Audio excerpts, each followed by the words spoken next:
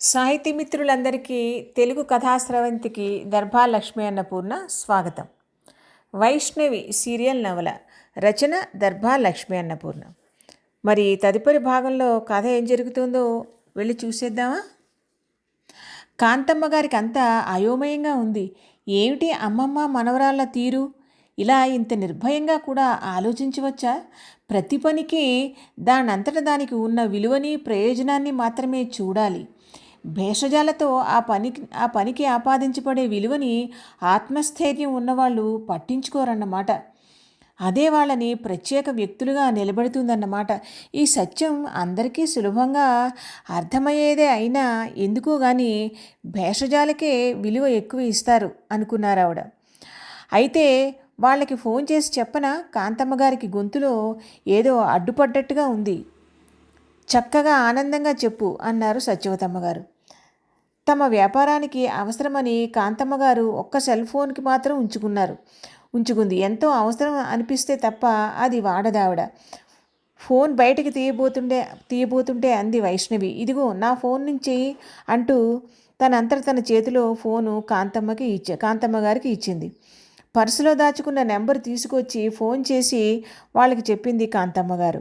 మామూలుగా అయితే వంట మనిషి అని చెప్పి ఉండేది, కానీ వైష్ణవి గురించి చెప్పాలంటే ఆ మాట ఎలా వస్తుంది మరి? ఎన్ని గంటలకి రావాలో అడ్రస్ అడిగి మర్నాడు నేనే తీసుకువస్తాను ఆ అమ్మాయిని అని చెప్పింది. ఆ అడ్రస్ ఆ కాలనీలోదే, నడిచి వెళ్ళిపోవచ్చు. అమ్మ, ఇంత అందమైన అమ్మాయి వంట ఎలా చేసినా నచ్చేస్తుందిలే వాళ్ళకి. కౌసల్య వైష్ణవి వైపు ఆరాధనగా చూస్తూ అంది. నేను మంచి రుచికరమైన వంట చేసి మెప్పిస్తాను వైష్ణవి అంది. ఆ క్షణంలో ఆమెకే తెలియదు ఓ అద్భుతమైన ప్రణయ కావ్యానికి తలుపులు తెరుచుకోబోతున్నాయని. దృశ్యం మారింది. మర్నాడు 10:30 కల్లా వైష్ణవిని తీసుకుని వాళ్ళ ఇంటికి వెళ్ళింది కాంతమ్మగారు. పెద్ద భవంతి. ఇంటి ముందు శ్రద్ధగా పోషింపబడుతున్న తోట ముచ్చటగా ఉంది. గేటు దాటి లోపలికి వెళ్తున్నప్పుడు అటు ఇటు చిన్న చిన్న రంగురంగుల పూలు విరగబూసిన మొక్కలు గాలికి ఊగుతూ స్వాగతం పలుకుతున్నట్టుగా ఉన్నాయి. వాటిని చూసిన వైష్ణవి హృదయం ఆనందంతో పులకించిపోయింది. ఒక్క క్షణం క్రిందికి వంగి వాటిని దగ్గర నుంచి మురిపెంగా పులకించిపోతున్న హృదయంతో చూసింది.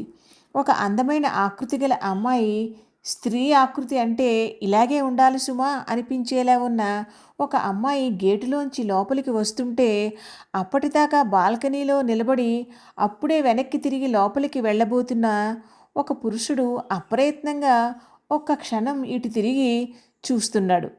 అప్పుడే ఆ అమ్మాయి వంగి పువ్వుల్ని వీక్షిస్తుంటే అతని పెదవుల మీద అప్రయత్నంగా ఓ చిరునవ్వు కూడా కదలాడింది. అంతే, లోపలికి వెళ్ళిపోయాడు ఆ యువకుడు. వైష్ణవి కాంతమ్మగారు హాల్లోకి వెళ్ళేసరికి ఎవరూ లేరు. బట్టతో సోఫాలని శుభ్రంగా తుడుస్తున్న ఒక అమ్మాయి, ఎవరమ్మా మీరు అని అడిగింది. కాంతమ్మగారు తమ వివరాలు చెప్పి రమ్మన్న విషయం కూడా చెప్పింది. వంట చేయటానికి వచ్చారా? పక్కనున్న అమ్మాయి చూస్తే అలా లేదే అని మనసులో అనుకుంటూ లోపలికి వెళ్ళింది చెప్పటానికి ఆ అమ్మాయి. 5 నిమిషాల్లో లోపల నుంచి ఓ నడివయసులో ఉన్న స్త్రీ వచ్చింది. ఆవిడ పేరు వర్ధని. రండి కూర్చోండి, అక్కయ్య 2 నిమిషాలలో వస్తుంది, పూజ చేసుకుంటోంది అంటూ తను కూర్చుంది సోఫాలో వర్ధని. కాంతమ్మ, వైష్ణవి సోఫాలో కూర్చున్నారు. వర్ధని వాళ్ళ వివరాలు అడిగింది. వైష్ణవి తమ ఇంట్లో ఉంటున్న బంధువు అన్నట్టుగా చెప్పింది. అసలు ఈ ఇంటి ఇల్లాలు బయటికి వచ్చాక ఆవిడతో కాసేపు మాట్లాడాక వైష్ణవి నిజంగా వంటలు చేసే వంట మనిషి కాదన్న విషయాన్ని సూచనప్రాయంగా చెప్పాలనిపించింది కాంతమ్మ గారికి. కానీ అప్పటికే వర్ధని కళ్ళు వైష్ణవిని అప్పుడప్పుడు రెప్పవేయకుండా చూస్తూ ఉండటం కాంతమ్మగారు గ్రహించలేదు. వర్ధనికి లోపల కించిత్ ఆశ్చర్యంగా కూడా ఉంది. ఇంత చక్కగా ఉన్న అమ్మాయి ఎవరో ఇంట్లో వంట చేయటానికి రావటం ఏమిటి? మళ్ళీ తనకి తనే సర్ది చెప్పుకుంది. భగవంతుడు చక్కటి రూపం ఇచ్చినా ఆర్థిక ఇబ్బందుల్ని కలిగించాడన్నమాట అనుకుంది వర్ధని. ఇంతలో ఆ ఇంటి ఇల్లాలు శకుంతలమ్మ గారు వచ్చారు. అప్రయత్నంగా కాంతమ్మ లేచి నిలబడి, నమస్కారం, మీతో ఫోన్లో మాట్లాడింది నేనే. అత్తయ్య నిలబడిందని చెప్పి తను లేచి నిలబడింది వైష్ణవి. ఓ 20 రోజుల పాటు వంట మనిషి కావాలంటే మా పక్క వాళ్ళతో మీ ఫోన్ నెంబర్ ఇచ్చారు వాళ్ళు. వాళ్ళ ఇంట్లో ఇదివరకు 2-3 సార్లు మీరు వచ్చి వంట చేశారట కదా శకుంతలమ్మ గారు అన్నారు. ఆ రోడ్డులోకి ప్రవేశిస్తూనే కాంతమ్మ గారికి ఆ విషయం గుర్తుకొచ్చింది. కౌశల్యని తీసుకుని 2-3 సార్లు పక్క ఇంట్లో వంట చేయడానికి వచ్చింది తను. శకుంతలమ్మ గారి మాటకి అవునన్నట్టుగా నవ్వింది కాంతమ్మ. సరేనని మనకి కావలసిన వివరాలు చెప్పి రమ్మనమని మొన్న మా డ్రైవర్ని పంపించాను మీ ఇంటికి. పచ్చటి శరీర ఛాయతో నిండుగా ఉన్న ఆవిడ మాట తీరు కూడా చూడగానే చక్కటి మృదువైన భావం కలిగించేదిగా ఉంది. మా బంధువుల అమ్మాయి, పేరు వైష్ణవి. తనే వస్తుంది మీ ఇంట్లో వంట చేయటానికి. కాంతమ్మ గారు ఆ మాట చెప్పటానికే అదోలా అనిపించింది. నా మేనకోడలు అని కూడా అంది మళ్ళీ ఎందుకో. కాంతమ్మ గారికి ఆ మాట చెప్పడానికే అదోలా అనిపించింది. నా మేనకోడలే అని కూడా అంది మళ్ళీ ఎందుకో. కూర్చోండి, క్షణంలో సగంసేపు పరధ్యానంగా అన్నట్టుగా అన్నారు శకుంతలమ్మ గారు. పక్కనే కూర్చున్న వర్ధని తనలో తనే నవ్వుకుంది. తనలాగే అక్కయ్య కూడా ఒక్క క్షణం ఆశ్చర్యానికి గురై ఉంటుంది అనుకుంది వైష్ణవి ఆ అమ్మాయి అందం చూసి. వైష్ణవి వివరాలు అడిగారు. చదువుకుంటోందని, సెలవులకని ఇక్కడికి తమ ఇంటికి వచ్చిందని మాత్రం చెప్పింది కాంతమ్మ గారు. వైష్ణవి ఎటువంటి ఇంట్లో, ఎవరి ఇంట్లో ఉన్నది మొదలైన విషయాలు మటుకు ఏం చెప్పలేదు. వైష్ణవి వచ్చి ఇక్కడ వంట చేస్తుంటే నెమ్మదిగా మాటల ద్వారా మిగతా వివరాలన్నీ అవే తెలుస్తాయిలే అని ఊరుకుంది మళ్ళీ కాంతమ్మ గారు. చదువుకుంటున్నానంటున్నావు, వంట చేయటం అది? శకుంతలమ్మ గారు సందేహంగా ఆగిపోయారు. వచ్చు, బాగానే చేస్తాను, వైష్ణవి చిన్నగా నవ్వుతూ అంది. బంధువులు ఇవాళ సాయంకాలానికి వస్తారు. రేపు ఉదయం 7 గంటలకల్లా వచ్చేస్తే కాఫీ, టిఫిన్లు అవి కూడా చూసుకోవచ్చు అన్న మాట వైష్ణవితో అని శకుంతలమ్మ గారు కాంతమ్మ గారి వైపు తిరిగి, పని అయిన తర్వాత ఎంత ఇవ్వాలో చెబితే అంత ఇచ్చేస్తాను అన్నారు. అలాగేనండి, మరి మేము వెళ్ళి వస్తాం అని వైష్ణవిని తీసుకుని బయటికి వచ్చేసింది కాంతమ్మ గారు. వీళ్ళిద్దరూ బయటికి వచ్చేశాక వర్ధని అంది తోడుకోడలతో, అక్కయ్య, ఆ అమ్మాయిని చూస్తే నీకేమనిపిస్తోంది? వంట చేయటానికి వచ్చే అమ్మాయి తనే అంటే ఆశ్చర్యంగా అనిపించటం లేదు అని. అవును, ఏదో ఆలోచనలో ఉన్నట్టుగా అన్నారు శకుంతలమ్మ గారు. ఇద్దరి మధ్య 2 నిమిషాల మౌనం తర్వాత అంది శకుంతల, ఇవాళ వాళ్ళ దగ్గర నుంచి ఫోన్ వస్తుంది. ఏం సమాధానం చెప్పాలో అర్థం కావటం లేదు. ఎవరి దగ్గర నుంచి? వర్ధని అడిగింది. అదే మొన్న మొన్న మొన్న అనంత్కి ఓ సంబంధం చూడటానికి వెళ్ళాం కదా, శకుంతల అంది. ఓ, వాళ్ళు ఇవాళ ఫోన్ చేస్తా అన్నారా? మనకి కొంచెం కూడా నచ్చుబాటుగా ఉన్నట్టుగా లేదుగా అంది వర్ధని. అవును, మరి ఇంకా మాట చెప్పడానికి సందేహం దేనికి? మళ్ళీ అడిగింది వర్ధని. సందేహం అంటే ఒక అమ్మాయిని వెళ్ళి చూడటం, నువ్వు మాకు నచ్చలేదు అమ్మా అని చెప్పడం, ఇదంతా చాలా బాధాకరంగా ఉంది సుమా అంది శకుంతల. అలా అనుకుంటే ఎలా అక్కయ్య? తప్పదు, ఏదో ఒక పద్ధతి తప్పదు. చూడకుండా మాట్లాడకుండా జీవితాంతం కలిసి ఉండవలసిన అమ్మాయిని తెచ్చేసుకోలేం కదా. అమ్మాయి తరఫు వాళ్ళైనా అంతే. అబ్బాయిని వాళ్ళు ఎన్నో కోణాల నుంచి పరిశీలిస్తారు. అబ్బాయినే ఏమిటి, అమ్మాయిని మన ఇంటికి పంపిస్తున్నారు కనుక మనని ఎన్ని కోణాల నుంచి చూస్తారో అంది వర్ధని. అందుకే తెలుసున్న వాళ్ళల్లో ఎవరైనా నచ్చిన అమ్మాయి ఉంటే ఈ బాధ ఉండదు.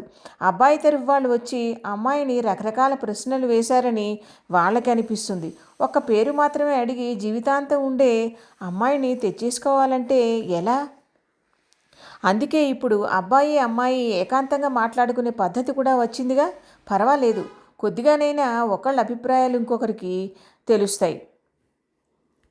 అయ్యో, అది పిల్ల పూర్తిగా నచ్చుబాటుగా అనిపించిన తర్వాత కదా, భారంగా నిట్టూరుస్తున్నట్టుగా అంది శకుంతల.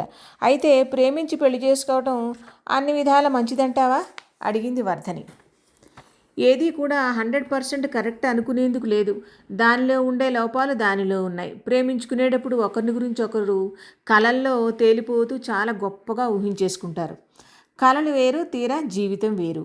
తీరా ఇద్దరూ కలిసి జీవించడం ప్రారంభించేసరికి ఒకరి లోపాలు ఒకరికి అర్థం అవడం మొదలెడతాయి. దాంతో ఇంతేనా అన్న నిస్పృహ. శకుంతల కొంచెం నీరసంగా అంది. మరి ఏమిటి మార్గం అడిగింది వర్ధని. ప్రేమ అనేది చదువుకునే వయసులో పుట్టేది కాదు, పరుగులు పెట్టే వయసులో పుట్టే ఆకర్షణది. కాఫీ హౌసుల్లో కూర్చుని ఒకళ్ళ కళ్ళల్లో ఒకళ్ళు చూసుకుంటూ కూర్చోవటం ప్రేమ కాదు. చదువై ఉద్యోగంలో ప్రవేశించాక ఒక రకమైన నిదానం, పరిణితి వస్తాయి. ఆలోచనల్లో ఆవేశం తగ్గి ప్రతి విషయం గురించి కూలంకషంగా ఆలోచించగల శక్తి వస్తుంది. అప్పుడు పుట్టే ప్రేమలో సాంద్రత ఉంటుంది. ఎదుటివారిలోని మంచి చెడుల్ని సమదృష్టితో స్వీకరించగల శక్తి కూడా వస్తుంది. సాలోచనగా అంది శకుంతల. అయినా ఇప్పుడు ఎవరికైనా అంత లోతుగా ప్రేమించుకునేందుకు టైం ఎక్కడుంది? అమ్మాయికి అబ్బాయికి ఇద్దరికీ కెరీర్ గురించిన ఆలోచనలే. స్త్రీ ఆర్థిక స్వాతంత్రం ముందు కుటుంబం, పిల్లలు అనే వాటి ప్రాధాన్యత వెనక్కి వెళ్ళిపోయింది. ప్రతి స్త్రీకి సంపాదన అవసరం లేదనిపిస్తుంది. అవసరం ఉన్న చోట స్త్రీ సంపాదించాలి. కుటుంబాన్ని చూసుకుంటూ మిగిలిన టైంలో తనకంటూ ఒక వ్యాపకాన్ని పెట్టుకోవాలి అంది వర్ధని. రోజులు చాలా మారిపోయాయి. స్త్రీ ప్రాధాన్యత, స్థానం పెరిగాయి. బాగానే ఉంది. ప్రతి చోట మంచి చెడు అనేవి తప్పవు. చేతి నిండా సంపాదిస్తూ కూడా ఆర్థిక స్వాతంత్రం లేని మగవాళ్ళు ఎంతోమంది ఉన్నారు శకుంతల అంది. మన అనంతది ఇప్పుడు ప్రేమించే వయస్సు నువ్వు చెప్పడాన్ని బట్టి గొంతులో సరదాను నింపుతూ అంది వర్ధని. అనంత్ మంచి అమ్మాయిని ప్రేమించి ఆ విషయం నాకు చెబితే సంతోషంగా అంగీకరిస్తాను. అనంతది తొందరపాటు మనస్తత్వం కాదు.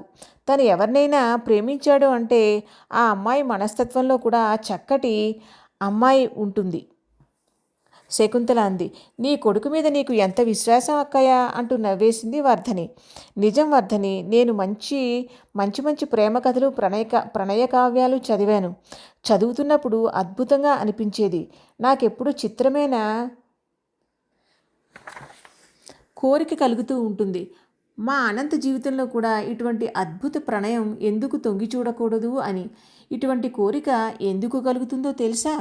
శకుంతల చిన్నగా నవ్వుతూ అడిగింది. 2 నిమిషాల క్రితం చెప్పిన మాటకే నేను తెల్లబోయి ఉన్నాను. ఇంకా ఏదో తెలుసా అంటే ఎలా? నవ్వుతూ అంది వర్ధని. తెల్లబోవటం ఎందుకు? ఇప్పటి తల్లిదండ్రులంతా పిల్లల్ని ప్రేమించొద్దు, ప్రేమిస్తే ఊరుకోమని కత్తులు కటార్లు పుచ్చుకొని కొట్టేసుకుంటూ ప్రేమించిన కుర్రాడి శరీరం అంతా రక్తసిక్తం చేసేస్తూ నానా భయంకరం చేసేస్తుంటే నువ్వు ఇటువంటి కోరిక కోరుతుంటే తెల్లబోక ఏం చేయను అంది వర్ధని. అవన్నీ సినిమాల్లో. ఇంతకీ నువ్వు ఇటువంటి కోరిక ఎందుకు కోరుకుంటున్నావు అడిగింది వర్ధని. నా కొడుకు నవలానాయకుడు లాంటివాడు కనుక వాడి జీవితంలో ఒక అద్భుత ప్రణయకావ్యం చూడాలని ఉంది. శకుంతల నయనాలు ఆ అద్భుత ప్రణయకావ్యాన్ని ఊహల్లో వీక్షిస్తున్నట్టుగా ఉన్నాయి. నాకు అనిపిస్తోంది నువ్వు ఇలా కలగనటం ఈ ప్రపంచంలో 8వ వింతేమో అనిపిస్తోంది అంది వర్ధని. అవునా వర్ధని, నా కోరిక అంత వింతగా అర్థం లేనిదిగా ఉందా అడిగింది శకుంతల. వింతగా ఉన్న మాట నిజమే, అయినా వినటానికి చాలా ఇంపుగా మధురంగా ఉంది సుమా. అయితే మీ అబ్బాయికి ప్రస్తుతానికి సంబంధాలు చూడటం మానేయి అంది. ప్రేమ అనేది అనుకోకుండా జరగాలి కానీ మనం జరిపించాలనుకుంటే జరుగుతుందా అంది శకుంతల. నీకు ఇంత చిత్రమైన కోరిక పుట్టింది అంటే ఆ భగవంతుడి సంకల్పం ఓ ప్రణయ కావ్యాన్ని సృష్టించటమే అనిపిస్తోంది. అనంత్ దగ్గర ఓ మైనస్ పాయింట్ ఉంది అంది వర్ధని. శకుంతలకి కాస్తంత ఆశ్చర్యంగా, చిరుకోపంగా కూడా అనిపించింది. వర్ధని ఇంత ధైర్యంగా నిర్మోహమాటంగా చెప్పేంత మైనస్ పాయింట్ ఏముంది అనంతలో? అక్కయ్య ఉడికిపోతుందని గ్రహించిన వర్ధని నవ్వుతూ అంది. నీ కొడుకుని ఎవరైనా ప్రేమిస్తారు. నువ్వు చెప్పినట్టు నవలా నాయకుడు. ఇప్పటికే ఎంతమంది మూగగా ప్రేమిస్తున్నారో ఏమిటో. అన్ని ప్లస్ పాయింట్లు ఉండటమే నేను చెప్పిన మైనస్ పాయింట్ నవ్వేసింది వర్ధని. తోటికోడల మాటకి శకుంతల హాయిగా నవ్వేసింది. సరే గాని మన సీరియల్ టైం అయింది, టీవీ పెట్టుకోవద్దు వర్ధని అంది. సరే పెట్టు. వర్ధని టీవీ పెట్టింది. ఇద్దరు ఓ గంటపాటు కూర్చుని సీరియల్స్ చూశారు. రేపటి నుంచి ఓ 20 రోజుల పాటు ఈ సీరియల్స్ చూసే అవకాశం ఉంటుందంటావా వర్ధని అంది. 20 రోజుల్లో పెద్ద కథ ఏం ముందుకు వెళ్ళిపోదు కానీ ఇప్పుడు మనకి తీరిక ఎక్కువగా ఉంది. ప్రతి సీన్ని ఆసక్తిగా రెప్పవేయకుండా చూస్తున్నాం అంతే అంది. అవును కానీ అక్కయ్య, నువ్వు అనంత్ ప్రేమ ప్రణయకావ్యం అనగానే నా ప్రమేయం లేకుండానే నా మదిలో ఒక రూపం మెదిలింది. అది ఎలా సాధ్యం? కుదరదు అని చెప్పి నా మనస్సుకి సర్ది చెప్పి నా మనసులోంచి ఆ రూపాన్ని చెరిపేయటానికి ప్రయత్నించాను. ఇవాళ సీరియల్ చూస్తున్నంతసేపు అదే పని. ఆ రూపం మనసులోకి వస్తూ ఉండటం, నేను చెరిపేస్తూ ఉండటం. ఎందుకలా జరుగుతుందో నాకు ఆశ్చర్యంగా ఉంది అంది వర్ధని. ఎవరిదా రూపం? శకుంతల ఆత్రంగా అడిగింది. నేను చెప్పను. నీ మదిలో కూడా వస్తే చెప్పు.